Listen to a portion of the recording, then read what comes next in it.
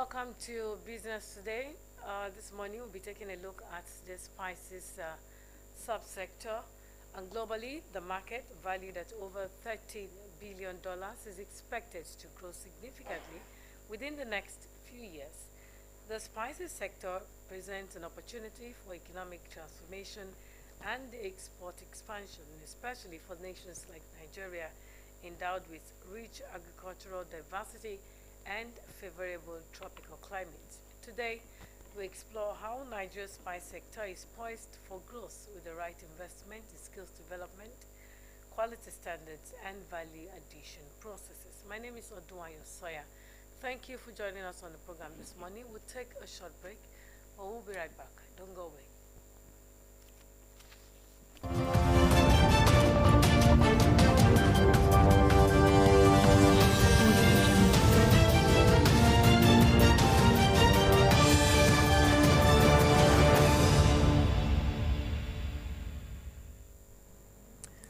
A review of economic activities last week, the National Bureau of Statistics reported the sixth consecutive month of disinflation, with headline inflation falling to 16.05% in October 2025, filling bets of another MPC rate cut this week. Elsewhere, the S&P last week reaffirmed Nigeria's credit rating at B- B and upgraded the outlook to stable. In the markets, the Naira depreciated in both the official and parallel windows despite an uptick in foreign reserves. Strong demand for fixed income securities pushed yields lower across the tenors for the week, while profit-taking dominated the equities market as investors continued rebalancing their portfolios. Looking ahead, analysts expect investors to remain cautious in the equities market, albeit attractive for re-entry into fundamentally sound stocks, while sentiment may stay bullish for fixed income securities as some Met subscriptions from the FGN bond auction could flow into the secondary market. Analysts expect the Central Bank of Nigeria's Monetary Policy Committee (MPC) to cut interest rates by more than 100 basis points at its final 2025 meeting for the year, driven by declining inflation and exchange rate stability. The MPC meeting, held over 2 days in Abuja, aims to review economic developments and monetary policies to ensure financial stability. Experts anticipate various levels of cuts, ranging from at least 250 basis points to 50 basis points to 26%. Others, however, warn that the rate cuts must be cautious due to inflation remaining above target and pre-election market sensitivities. Overall, the MPC is expected to balance monetary easing with maintaining market stability and investor confidence.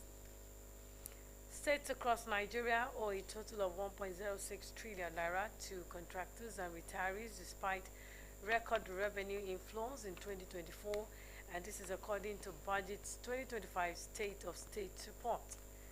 The arrears include 434.87 billion naira in contractor payments and 626.81 billion naira in pension and gratuity debts.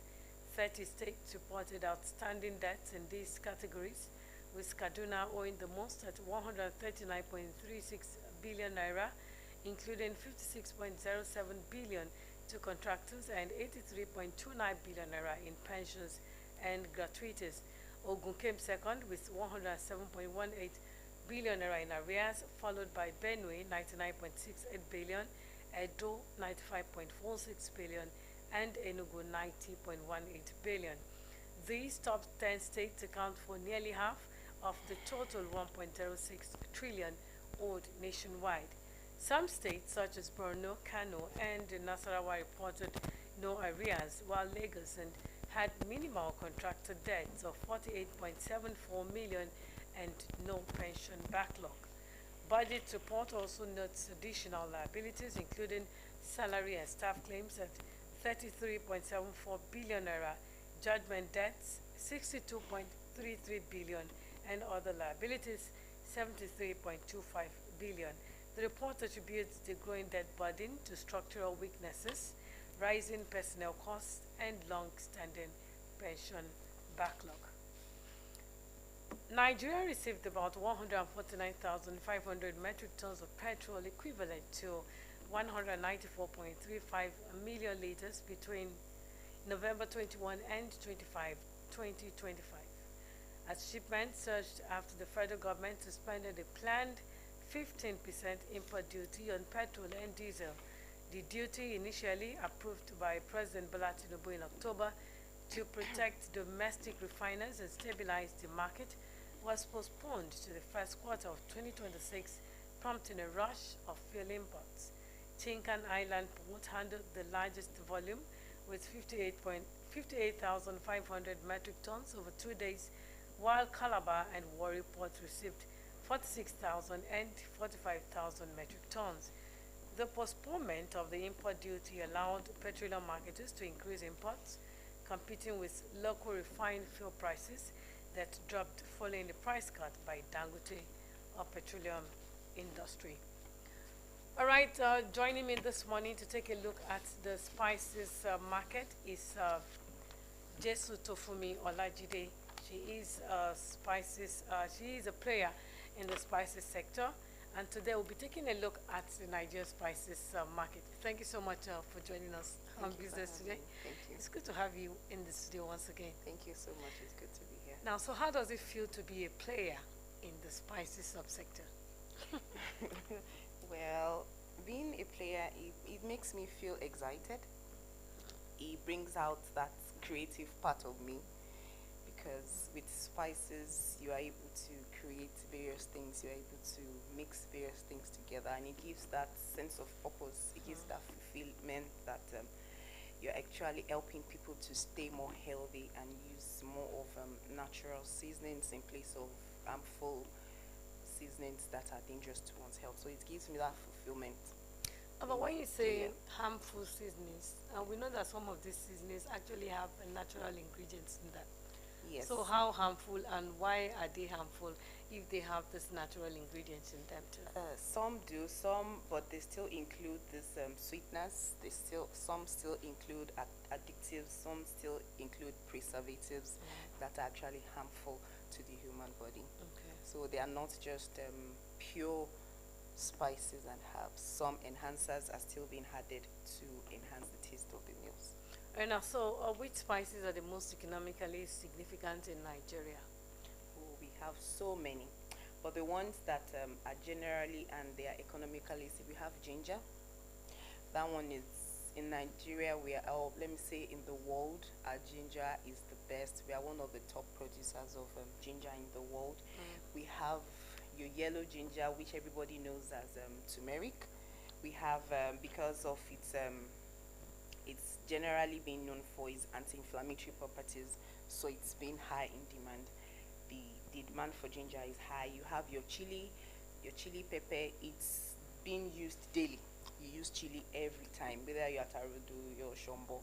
That one, it's all year round market. You use it. Everybody uses it, whether as a Nigerian, as even globally. Chili is attracting a lot of profit. You have your cloves. That one too, it's because it's used for in aromatic therapy. It's used for your juices, and also the demand for these spices, they are on the increase. And even because people are now conscious of what they are consuming, their awareness is becoming higher. So these spices, they are gaining recognition more. Okay. So what factors drive the demand for these spices? One, because of their health benefits, it's there, and then because the quality of, for example, our ginger here, the quality of our ginger we produce here is being globally accepted. So when you produce ginger, you attract more export markets to yourself. So that's one of those things that are driving them. Yeah. Okay. Now, apart from you said that our ginger is the best. Yes, we are one of the top producers. Is it because we are one of the top producers? Yes, one of the top producers. Or because there's something special about Nigeria ginger? Our climate, the environment in which it's being produced. Okay. It gives its it gives that the smell it gives and the nutrients being given. For example, if you the Kaduna ginger, if you plant it, it's different. The aroma it gives you Okay. is kind of it's different. It's just different. Our ginger is one of the top notch. Okay, now let's take a look at value addition Yeah. and processing. How does this boost profitability and export potential of Nigerian spices? Okay, you know, when we talk about value addition is when you do your cleaning right, when you do your packaging right, when you get these things right. So one of the ways it helps is that it improves the quality of what you are processing. For example, if you harvest your ginger, if you clean it well and you dry, it attracts more profit Okay. than when you just harvest and you sell raw. You sell it cheaper when it's raw because you wouldn't want it to get spoilt in your hand. But when you clean, you process, you package, you dry, then it attracts a more higher profit for you globally, even within your local environment. Then it can stay longer. You can store that longer than when you have it in your raw form and you quickly want to just dispose it so that it will not get spoiled in your hands. So that's one of the ways in which your value addition adds. Then also value addition helps to create employment opportunities because you can't do it all. You need people that will help you to clean. You need to be able to grade. Sorting your the spices according to each grade. Then you clean. Then you process. You dry. Then you package. Then you look for marketers. And also value addition boosts the economy of spices. It gives you more profit. It gives you more recognition. It gives you opportunities to be able to create better mixes together. Spice mix and blends. It gives you better opportunities to produce quality teas and all. So value addition helps. Okay, now still on value addition because we have, I for one would want something that is fresh. Yeah. So now, when you go into drying, dehydrating, Yeah. don't you take the nutrients from this? No. When you dehydrate, no nutrient is lost. Okay. It's when you expose to the sun, when you take outside and you dry under direct sun, that's when some of the active ingredients have been, the nutrients have been lost. But when you dehydrate your spices, no ingredients is lost. It's as if you're just shrinking everything together and it stays as whole. So nothing is lost when you dehydrate. And if you dehydrate your spices, the smell it produces is sharper and more potent than when it's still fresh. Okay, now the spices market has been described as vibrant. Yeah. Nigerian spices market Yeah. has been described as vibrant and with a lot of potential and with a huge local demand. Yes. Now, do we face stiff competition from imported spices? At least we have some countries like metropolitan France. Yes. We export from such countries. Yes, from India, Yes, Vietnam, from China. Yeah, Vietnam. Spain, Germany, and so. Yeah. Do we face stiff competitions? Because Nigeria, we hardly like made in Nigerian Nigeria. products. We prefer to go for the imported stuff because we believe it is actually better than what we have. And so Yes. contrary to what you just said, that our ginger is the best, is at least one of the best, Yes, one of highly the in best. demand. Yes. Yes. Yeah. So, do we have stiff competition from these imported spices? Yes, we do. Okay. We do. And part of the things that is affecting us is our poor processing. How will I put it now? Mechanism. Yes, and drying method. Our poor processing and drying method. We are still lacking behind in a bit because most farmers don't actually know how they can preserve their spices, how they can process their spices. Most farmers that we have, they still sun dry their spices. They just pour on the ground and dry. For example, when I first started the spice business, the very first bag of ginger I got, I just started seeing feathers, you know. So it shows that maybe it was just poured on a plain ground, and you can't tell what will have packed on it. At the end of the day, you start seeing stone. They are not stone free. You know, you see all these debris and everything. So that's still part of what is affecting us. Then another thing is we cannot, some of our farmers, we are not able to trace what we're actually using. Some people, they still use overuse of fertilizers. They overuse chemicals that are being applied. So, and we have, although we are improving, but our packaging is still not up to international standards. Okay. Yes. For example, garlic, it cakes very fast because of moisture. It absorbs moisture very fast. That is after being processed. After being processed, it cakes. So we still need packaging that's such that it is airtight, and it won't be able to absorb moisture. Most farmers don't have moisture meters, don't have their drying machines that will help them dry the thing very well. Then the packaging. So we still face like you said, this mentality of people believing that if I don't buy spices or my imported goods, we are not meeting up to standard. Whereby in Nigeria we have even products that are way better than the imported ones. Yes. So that's some of the things that we are facing. Then we don't have storage. Farmers don't really know how to store very well, and also knowledge of what to do. Some people are still stuck. They don't really know how to go about it. Some have the idea, but they don't really know what to do. So that's one of the challenges that we are still facing. Okay, now, would you say that this challenge is as a result of a lack of an organized spice market in Nigeria? Well, we can say that. We can say that we don't really have a body that majorly handles spice. Although we have NAFDAC, but that's when your product has been processed and dried and everything. That's the regulatory body. That's just the regulatory body. Okay, but for associations, like, we have the All Farmers Association of Nigeria. Yes. We have poultry farmers. Yes. But there is no place I've heard the spices. Yes. No, we don't have that in Nigeria. Okay, so Yes, why is that? Because the sector is not regulated. Yes, it's not.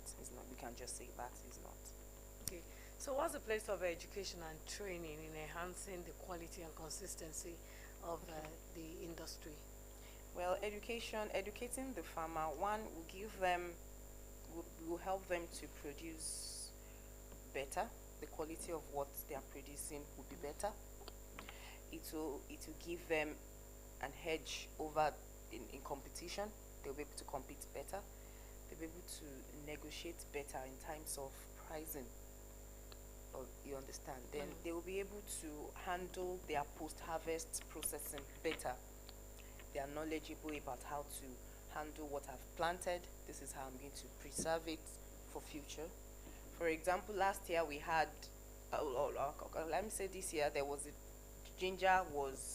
price of ginger was just out of it. And that was because we had ginger drought. So if we had, previously ginger has been sold at a very cheap price, but if it had been preserved better, when the drought came, we will have fallen back on what was being stored. Okay, so if education will enlighten the farmer more, will enlighten the processor more. Even a person that wants to go into export, it will enlighten me, okay, this is how I'm going to do it, this is the steps I'm supposed to take. Then it will make sure that the product is always, there won't be yes, it's always available. Yes, it's always available at all times. Now, so before still on education, before investing in the spices market, what knowledge should investors actually have? Local investors, farmers, processors, what knowledge should they have? Because you mentioned the other time that even some of the spices, the local investors, some of them don't even have an idea of what they are doing. For example, when you give an example about drying spices in the sun and all of that, it takes away the Yes. majority of the nutrients. So Yes. before investing in this market, what knowledge should investors have? What basic knowledge should they have? Okay. I think the basic thing you should know is one, which spice am I actually focusing? You can't do everything. For example, if it's chili, I want to get involved with. Let me know. Okay, it takes also a number of time to grow chili. This is how, if I get a dehydrating Machine. machine, I will be able to preserve my my chili more. You understand? So you have to you have to actually know. If you are going to, okay, if it's packaging, you want to know. For example, I talked about, I said we still have we are not meeting up to international standard when it comes to packaging. So if it's packaging, you know each spice, there's a peculiarity for each spice, how I can package my ginger, how I can package my garlic without it kicking. So you have to know each spice according to the demand And their peculiarity. So that will help you. It will broaden your knowledge on which area you actually want to focus in. Some people don't want to be farmers. Some don't want to be processors at all. They just want to export. They just want that finished product and exporting. Even as an exporter, you should be able to ask questions. What chemicals did you use? How did you plant this? What was used in preserving the thing? So that's just basic knowledge of what you are going through, entering into will help the person. All right, lastly, before we go on the program, which is very, very, very important and which would equally help the sector know what route to take and how to tackle this issue. So, what are the main challenges Nigerian spice farmers face, processors face, especially in meeting international quality and certification standards? One, if I say some cost of certifications, they are high, so we need funding. I wouldn't like to you. We It's need always funding. a major issue. Yes, we need funding. Then we need okay, let me just say we need to, some of the challenges we are facing is we don't know, like I said, how to be able to source our products. Sourcing is important. Then we want to be able to trace the chemicals that are being used, things that are being used in product. Then we have to How do you trace that? yes, you can. Because if you have a particular farmer that you are working with, you understand, you can actually go to their farm and inspect the farm. If you can say, okay, I want to see what chemicals are you using, because sometimes what affects why they are being rejected is because we use too much of chemicals in planting of them. So you should be able to trace them. Okay, this is what is being produced. Okay, this is it. How did you dry your products? Yes, did you dry it under the sun? So that's part of the challenges. Then storage, then manpower, it's tasking when you are processing, and also that's just one of the few challenges I can say. All right, thank you so much, Jesse Tofumiala Chidi, Thank you. for joining us once again on Business Today. Thank you so This much. time around to talk about the spices market, its opportunities, prospects, and challenges. Kano is actually, I think, the largest spice producer in Nigeria. Yeah. For us here in Ondo State, what is, let me say, what is our status in production? Is it farming or processing? Farming. We're still lacking Far a bit behind. behind. Yes, we are. We are. For example, ginger can grow here now. I've planted ginger in my house. Ginger can grow. Basil, we have basil. We have saint leaf. They can grow here. Curry leaves can grow here. So I just want to encourage us. Let's just pick one. If it's ginger I want to go into, if it's even, we have our turmeric here too, but we are not enlightening that we can actually make something from it. We don't see it as a business. But even if it's just turmeric, we have good turmeric here in Ondo State too that we can plant. But so far we are still a bit lacking compared to Kano, Kaduna, wherever you know them, that these people are majorly into spices. All right, thank you so much once again. Thank you for very coming on much. Business Thank Today. you. It's good to have you here. Thank you. Same here. And that's it on the program this morning. We're taking a look at the spices market, its prospects, challenges, opportunities available in the market. My name is Odunwa Yosoya. Thank you for joining us on the program today. Good morning.